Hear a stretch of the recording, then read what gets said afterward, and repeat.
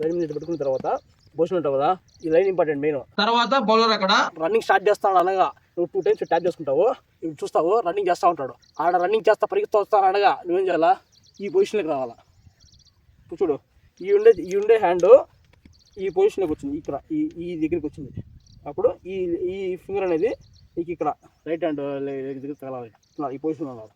కొంతమంది ఇటు పెట్టుకుంటారు, కొంతమంది ఇటు పెట్టుకుంటారు, కొంతమంది ఇటు పెట్టుకుంటారు.